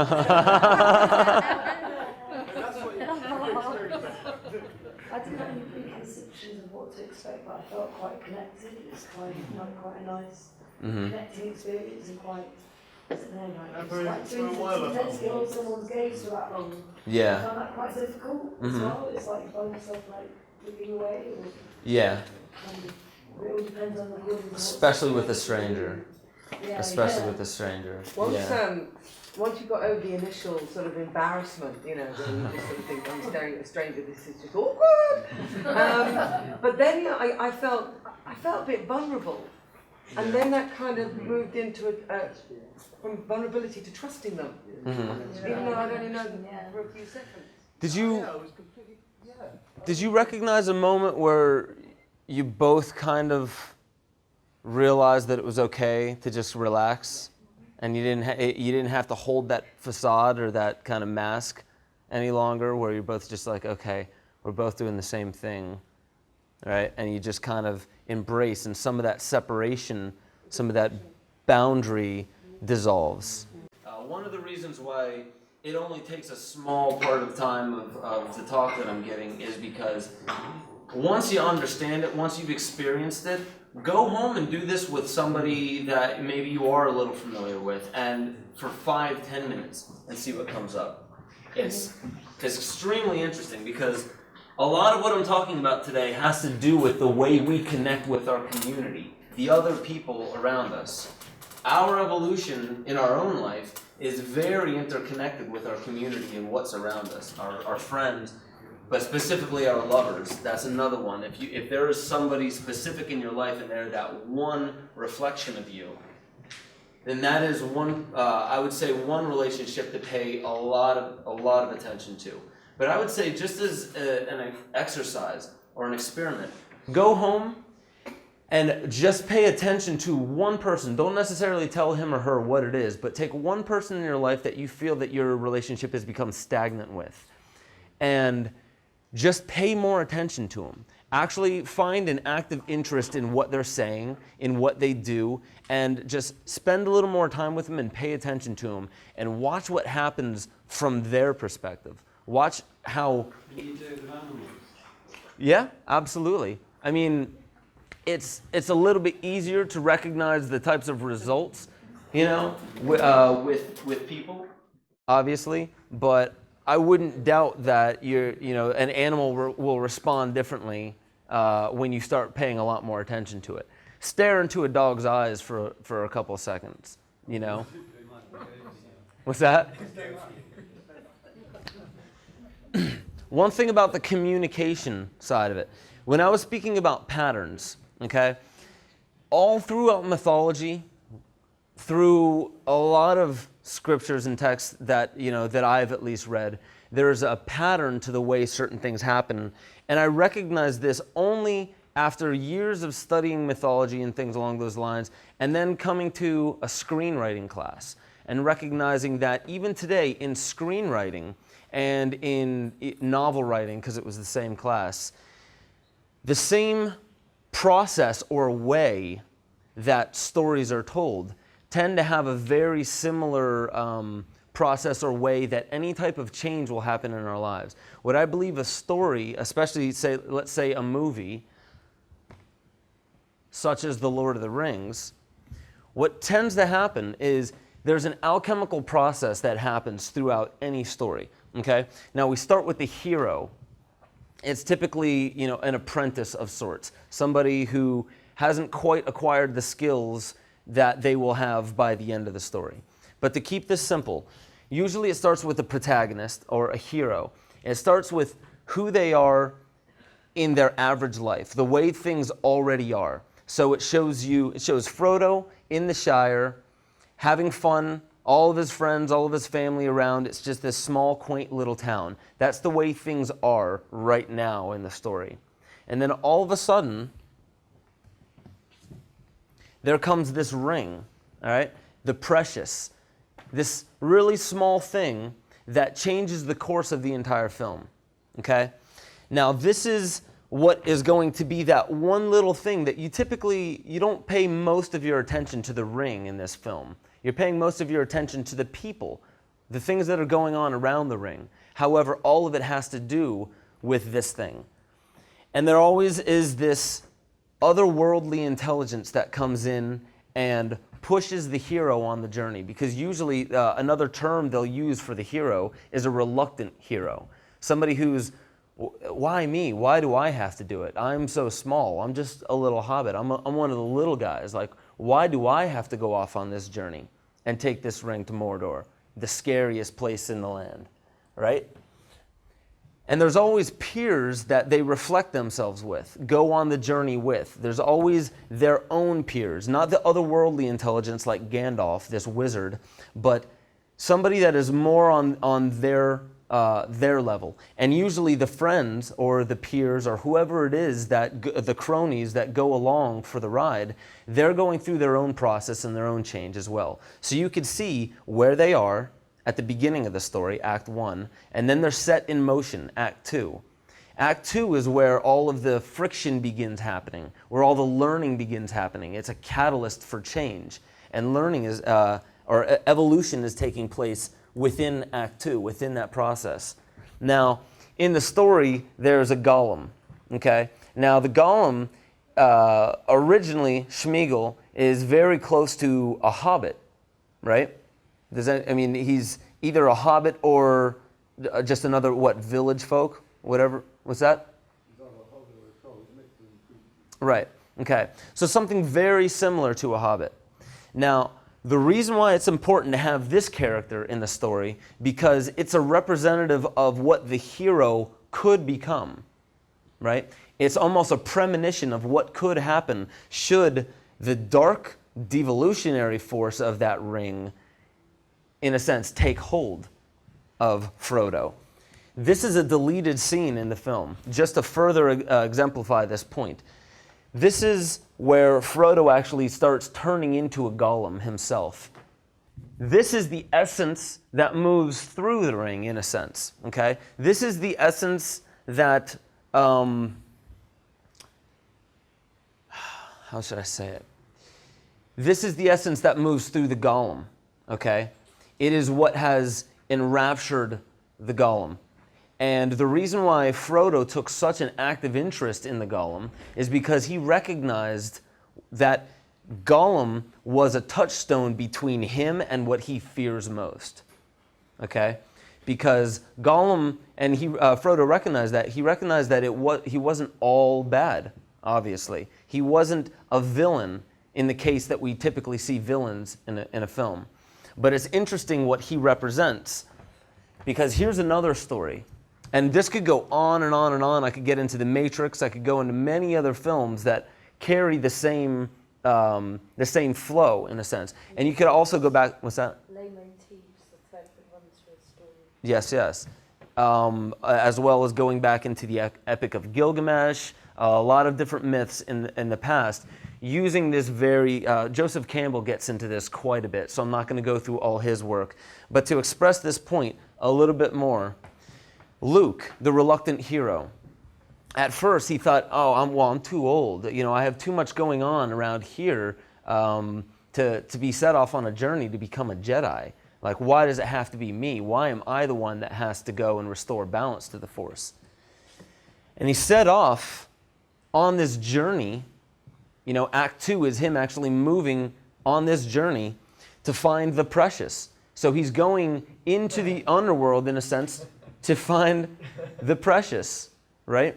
It's the princess, but it's the same thing as the hero traveling into the underworld to rescue Persephone from Hades after being swallowed by the earth, after being in the garden and being enraptured by the narcissus flower.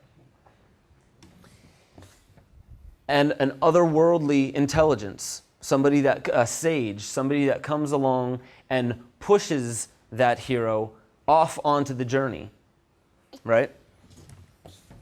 And then you have the friend, the one that's along for the ride, and they're going through their own process, but it's to represent different aspects.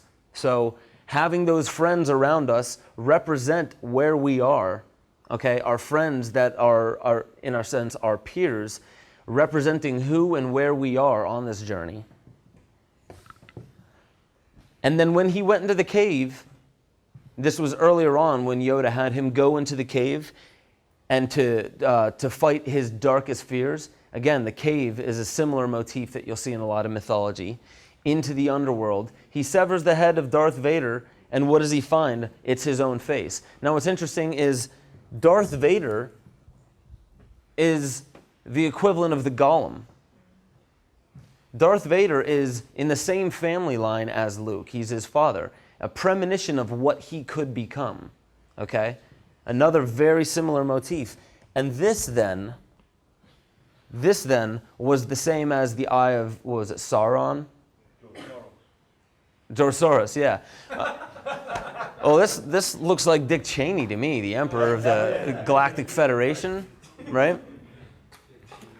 So, because we're running short of time, I'm going to end on this. End on sex, that's right. Yeah, this is just a quickie. To end on this,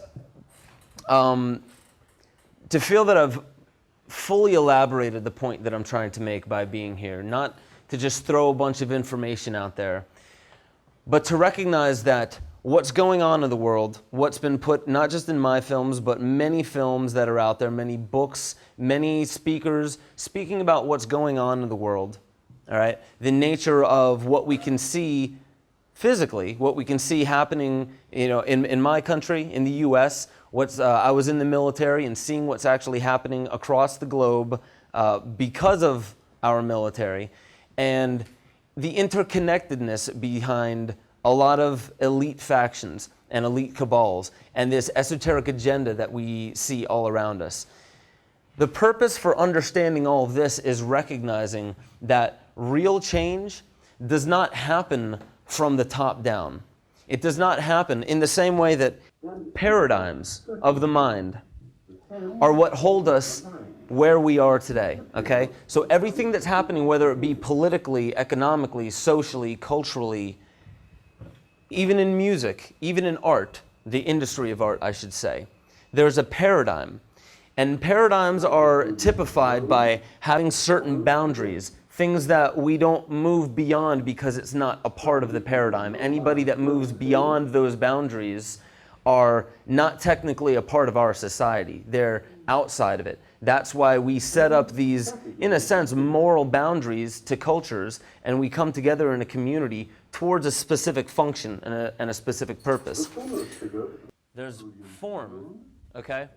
Now, what happens when the boundaries start breaking down is it begins looking chaotic like it does in our world today.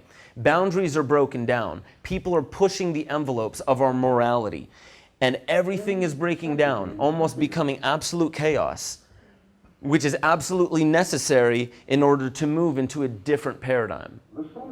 Now, the purpose of moving into a different paradigm is what is so very important, because we're not going to last in our current paradigm. We're not. And we're not necessarily intended to last in this paradigm. We're intended to move past the paradigm. However, as I was saying before, and as you put in the biofeedback, how difficult it is, how easy it is for us to adopt certain ways, certain paradigms, but how difficult it is to actually let go of them and recognize that we are not the paradigm that we are living in. It seems that we are, because that's the way that we think. However, we have the ability as artists to start fresh, to start anew, to start any new paradigm that we wish. But the thing is we're not simply looking for that one single uniting mission statement. Like, what is the one thing that every one of us can agree upon? Let's find some type of society that we'll all be happy with. That's not going to happen. The paradigm begins breaking down when we start pushing the boundaries of our own morality. Meaning, and it's morality is one way of saying it, pushing the boundaries of our own paradigm, the boundaries of the way that we think. If we look at and pay attention to the patterns of the way we think, and the reason why I showed the storyline there is because the characters aren't necessarily that important. stories that you hear, if you've seen the Zeitgeist film when he goes through comparative mythology and comparative religions and different stories that are being passed down from generation to generation to generation, the patriarchs, the motifs, the characters within the stories, the details are not the important part. It's the essence that moves through it. Now, the Tao means the way. So the process, the way things happen, not necessarily the types of symbols or the vehicles that carry that message, but it is the process that moves through it. It's the patterns. So being able to recognize the patterns, because another thing Terence McKenna says is you can focus on a room and focus on one thing at a time. I want to focus on everything that's red in the room. So you look around and you can focus just on the things that are red in the room and you can distinguish them from everything else. And then you can say, I want to focus on the women separated from the men, okay? So you can focus on a pattern of how many women there are in the room, how many men there are. And then you could say, I want to simply focus on the sound of the room, how quiet it is, if there's other noises coming out.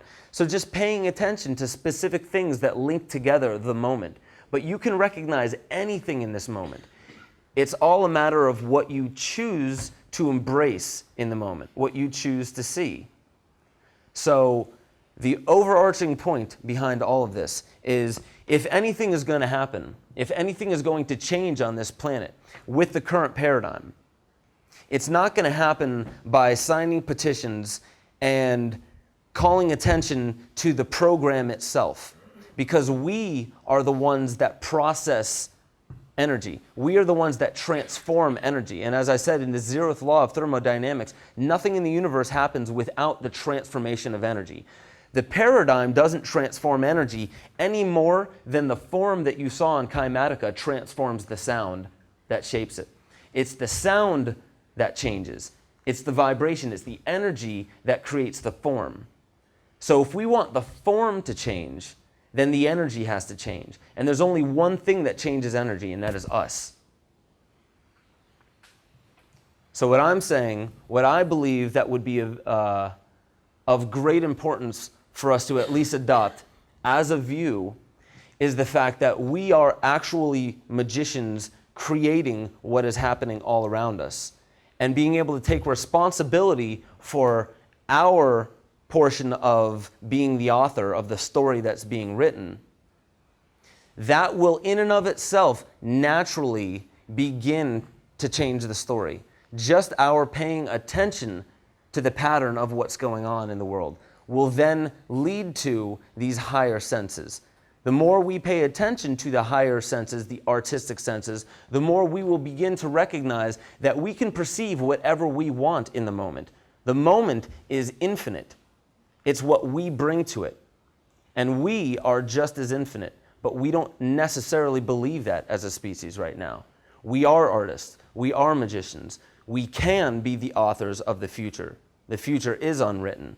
And what we have before us is not necessarily a problem or an obstacle that we need to figure out how to get rid of, because we're not going to get rid of the problem in front of us. It's a signal. In the same way that an artist would not see it as a problem, they wouldn't see it as a setback to what they want. An artist will look at the situation that we are in, or artists in a community may look at the situation we're in and say, what can we do from this point forward to begin enacting, to begin employing that change? And the change always comes from within. The reason why we shared that moment in the Sufi heart dance is because change happens within community. Change happens within the family, within you, out to the family, out to the community, and so forth, so on and so forth. So thank you guys for allowing me into this community, and thank you for schooling me on a great many things. You guys are seriously beautiful for having me out and for having a community thousands of miles away from my home and welcoming me in and showing me that this does exist. People are actually walking the walk. So thank you guys for giving your time. I hope we have a little bit of time for Q&A. If not, we'll do it outside. Cheers. Thank you guys so much. Cheers.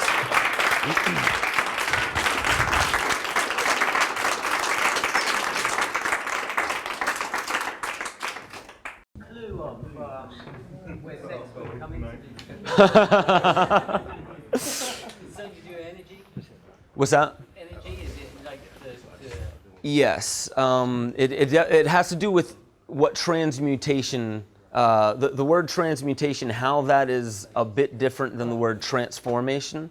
One thing that we don't, at least I don't necessarily hear too much in this genre, I guess you would say, is speaking about sex and the sexual force. Now, obviously, there's nothing that you will find in existence that has not come about through the sexual force. Now, even a planet being, or a star being born, it's the same sexual force that creates that we have within us. Okay?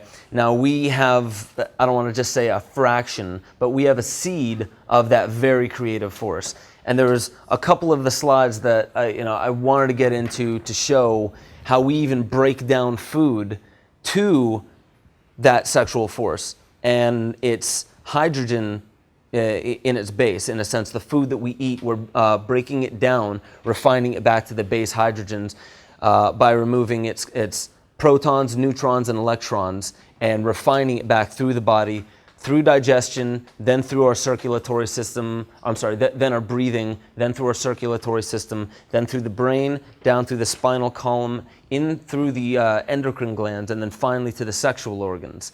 And that's something that has been put together beautifully by Samael Aun-Weor, a Gnostic master, and his work gets deeply into the sexual force as well.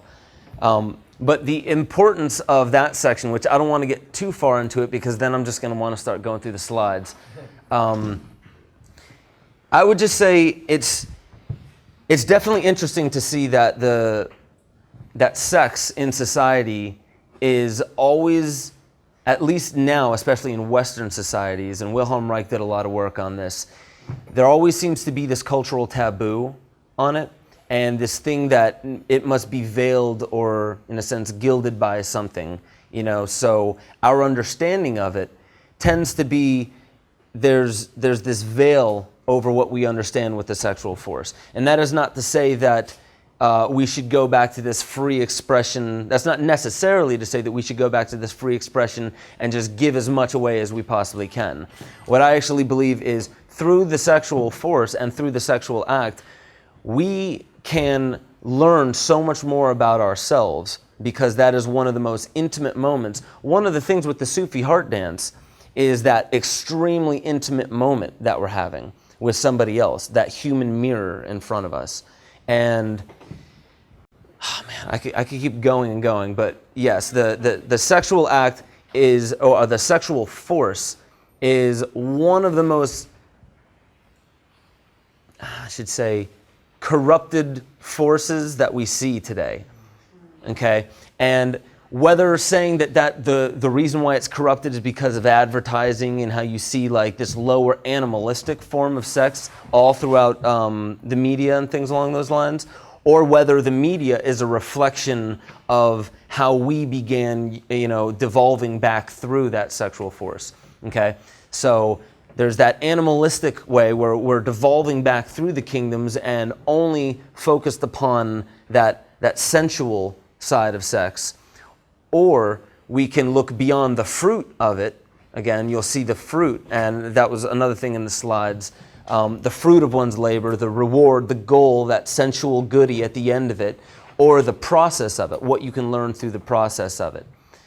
So I don't know if that somewhat answered what you were going to say. I could keep rambling, but I want to give... Do you have a vision of what the next paradigm is? Is it a fixed, destined paradigm, or can it go off on a tangent? I don't have a premonition of what it would be. I don't really have, I have imagery in my head of it, I would say, but not necessarily that's what's coming. No, I don't. Because that's kind of, I'm with everybody here, obviously, in this paradigm, and through the process of breaking down the paradigm, the patterns that we see when I was going into like the patterns and the way things change, it's easy to recognize how this paradigm will break itself down, but what's going to emerge from it is like listening to an album for a first time and trying to guess what the next song is going to sound like. You know, it's possible, it's definitely possible, but I don't claim to know what the next paradigm is going to look like or what's going to emerge from it. You say it's easy to see how this paradigm is going to break down. Could you go into that in more detail? Well, the process of how it's going to break down. Well, okay. So to further elaborate on that, that doesn't necessarily mean that I can see specifically how the paradigm, let's say, of government would break down, or how the paradigm, the current, like the financial paradigm. Because it seems when you want to pay attention to what's going to be experiencing change, one thing that we hear a lot about today, that's become a part of pop culture, is the financial system.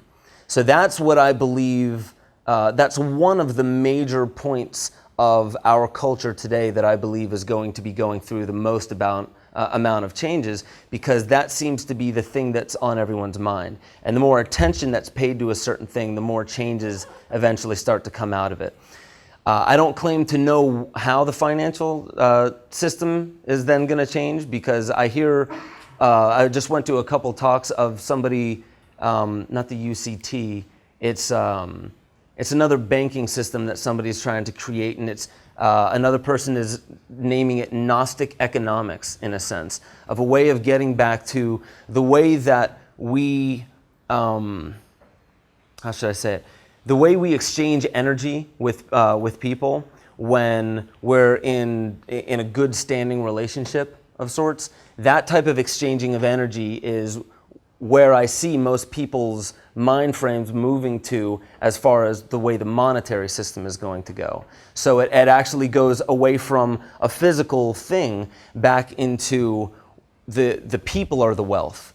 In the same way that, you know, we started realizing that our signature is the one thing that puts wealth into a check. You know, we sign our wealth onto a check. And in that same way, Joe down the street having 3 chickens, obviously, and, you know, Bob up the street having milk, and they, you know, want to barter back and forth. What it is it's not necessarily the things that they are trading back and forth, but it is that thing, that part of the economy that, let's say, this person is not going to be carrying 15 chickens down the road to trade for one bottle of milk. So it's put into this symbol, it's put into this vessel. And most people look at money, and they'll look at the vehicle, and they'll look at the symbol as being something that has to change. But the only thing that's not going to change there is the fact that people are what endow that money. We endow the money with the life that it has. So if we say that money is the root of all evil, we are the ones that endow that money with everything that we think about it. So when a system or a paradigm is going to break down, such as the financial system, you're going to see a lot of changes in the symbols that we use, but one thing is not going to change, and that's the fact that we, as a species, are learning different ways and different paradigms and different games to play within. But there's, like, when you see kids on a playground, there's one thing that'll never change with that, and that's the fact that there are kids playing amongst one another. The paradigm is the game, in a sense, and that game may break down. So when you see a game breaking down that kids are playing, what typically happens at that point is when it's no longer serving them, when the game is no longer serving the children, when they're not gaining any wisdom or anything or any experience out of it. So I don't know if that even answers the question, though. I don't necessarily see how this paradigm is going to break down, but the essence of how it breaks down is typically always the same. I don't know if that answers the question.